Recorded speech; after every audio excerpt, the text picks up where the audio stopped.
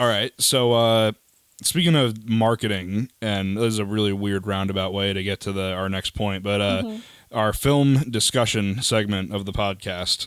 Speaking of weird and in-your-face marketing, Three Billboards Outside Ebbing, Missouri Oh, I love was it. The movie Jackie recommended me to watch. Actually, I'll give the quick rundown how this works. For those who aren't familiar with the podcast, I had a series a while ago where I would recommend movies and show clips of them on my YouTube channel.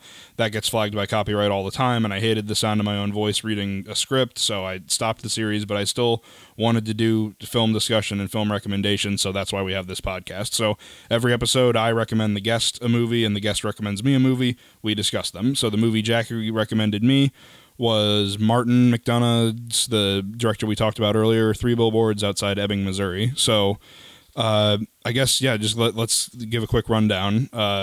So Three Billboards is a drama about... Well, actually, here, let's have you sum it up, since it was your recommendation.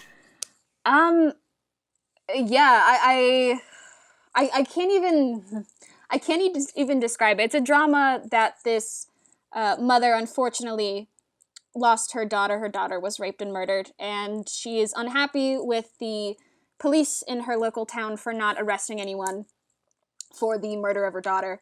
And she kind of takes matters into her own hands, and it's her journey into try and get justice for her daughter, but she doesn't do it in the very, calm, motherly, nurturing way. She's very upfront and won't take no for an answer, and it makes for Frances McDormand deserved the Oscar 100%, so it's a film about trying to get justice, I think, is what it's really about, but you might be able to describe it better than I can, because you just watched it.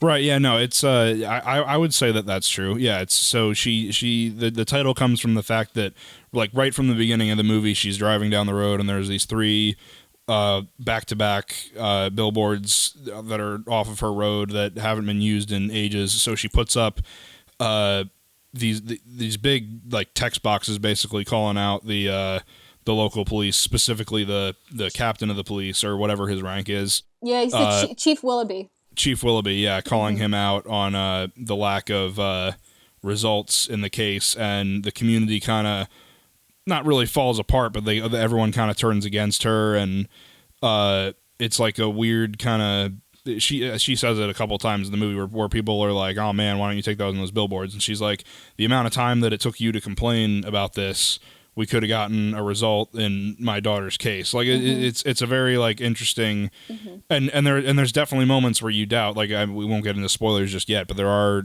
I think a lot of good moments where you kind of doubt, well, was this really the best thing to do? When her son is like, "It's not enough. I think about it all the time, and now I have to see it every time I come home, and all my friends talk about it." There's people in town who are harassing her all the time because they really like the chief of police. It's a very simple emotional ride, but I think it's a very effective one in a lot of places.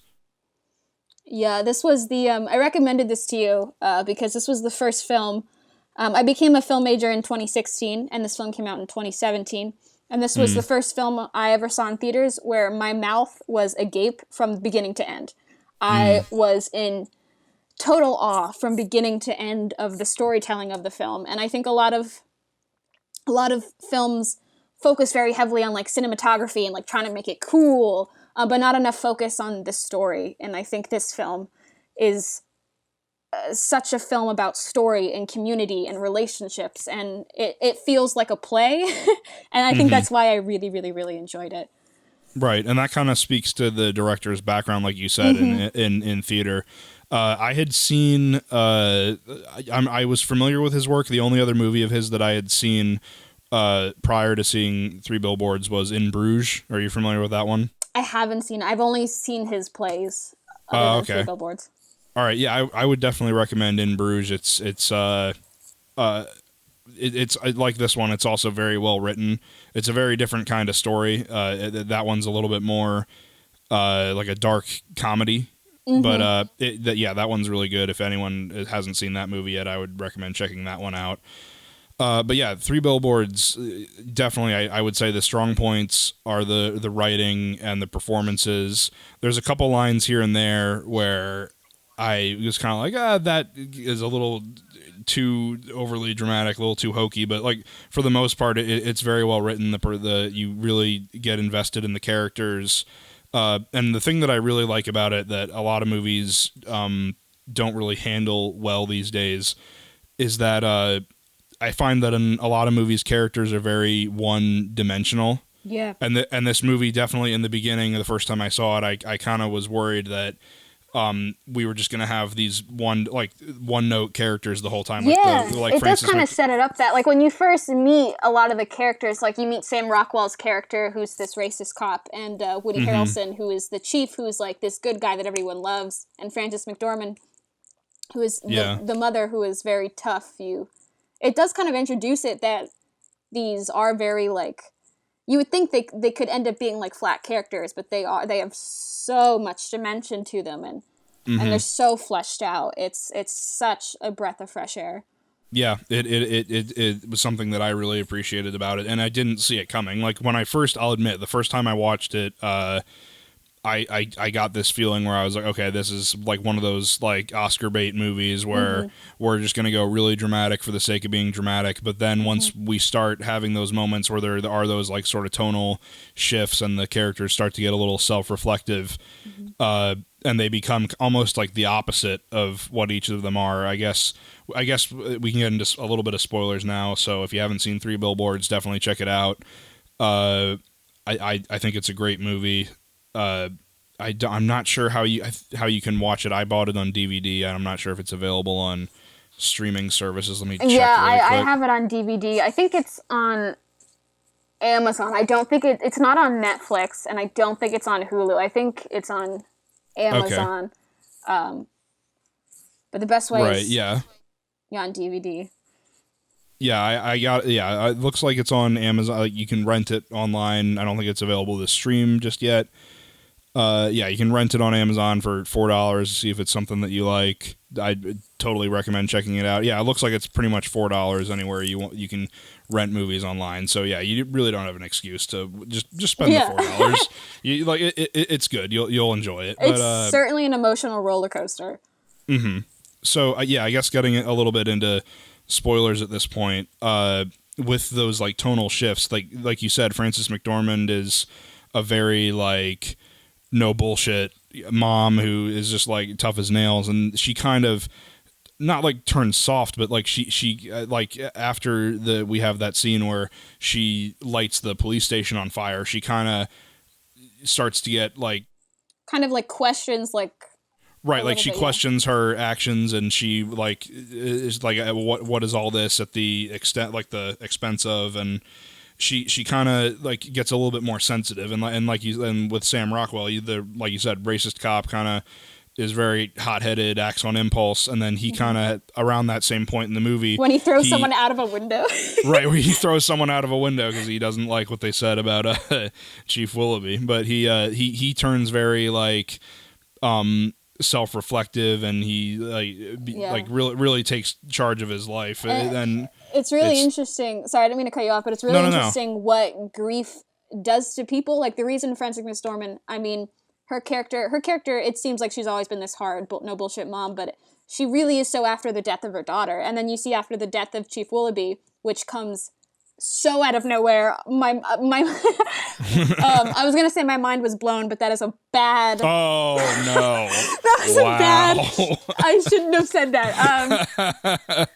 But after the death of Chief Willoughby, like Sam Rockwell, his grief, it comes into this tornado where he like drunkenly throws this person out of a window and beats the living shit out of them, and then like he reads Chief Willoughby's letter, and he becomes like a more softer.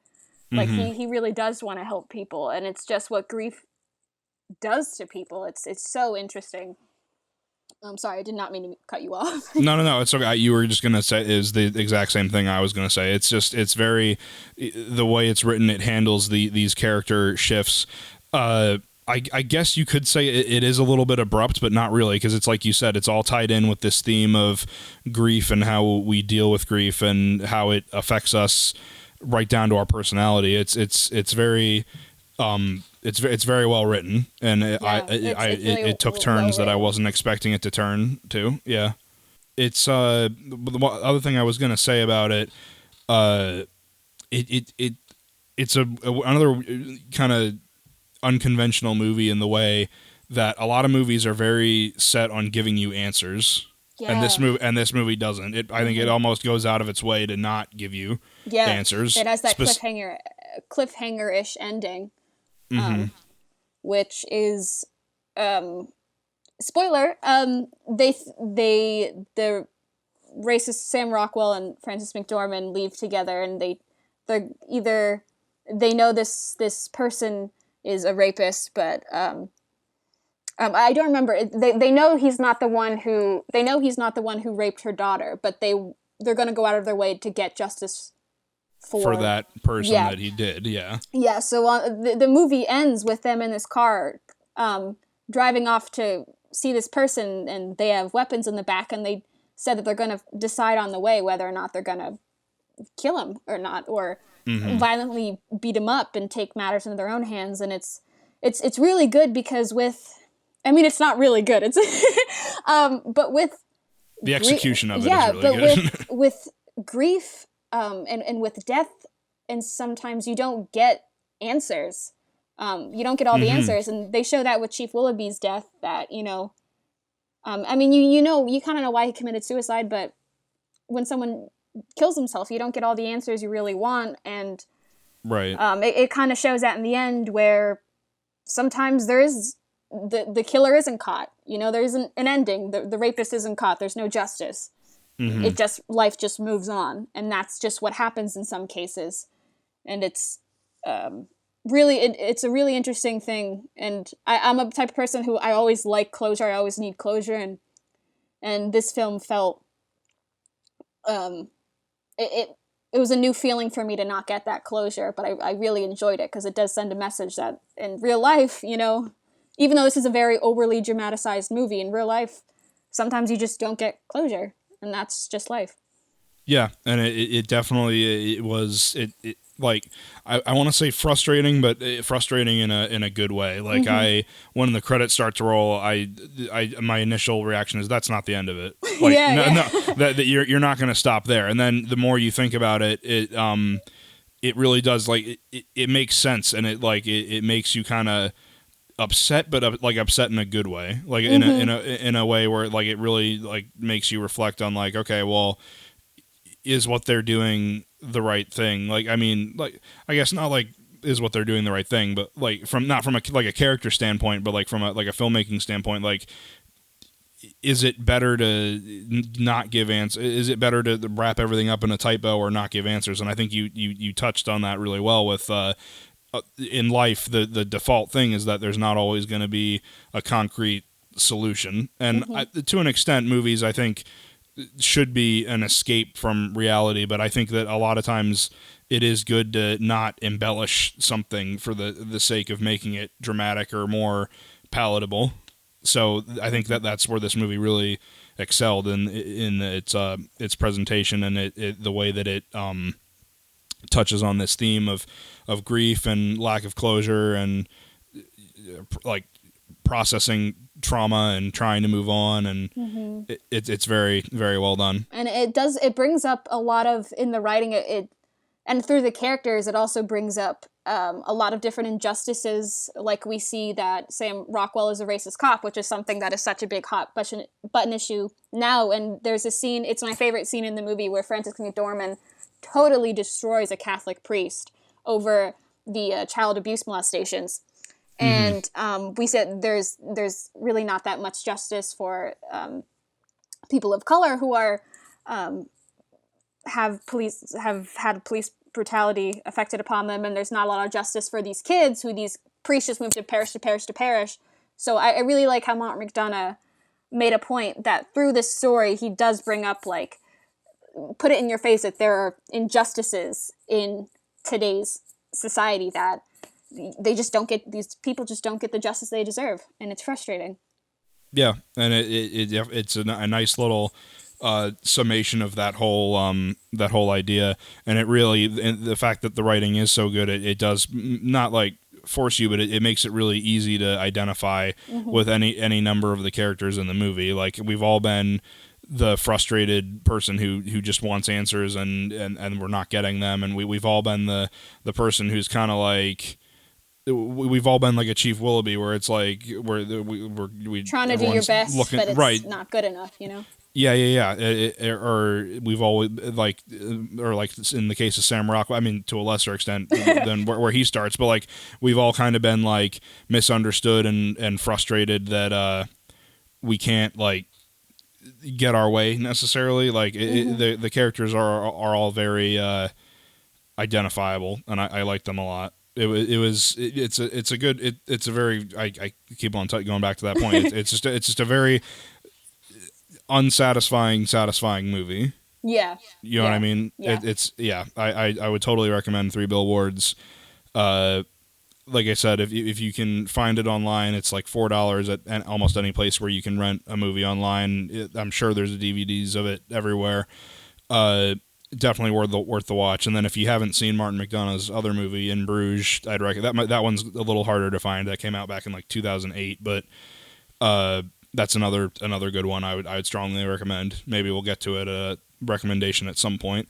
But and I can't speak to his plays, but I mean, you said that they're all very good. Yeah, I'd recommend, and the plays are so short to read. If anyone has any free time, please read Martin McDonagh's The Pillowman. It is a very, very, very dark comedy drama.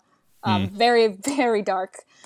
Deals with a lot of child murders and molestation, but it's my favorite piece of theater. What is it called again? The Pillowman. The Pillowman. Okay. Yeah. All right. So yeah, we'll definitely check out Three Billboards. It was a fantastic movie.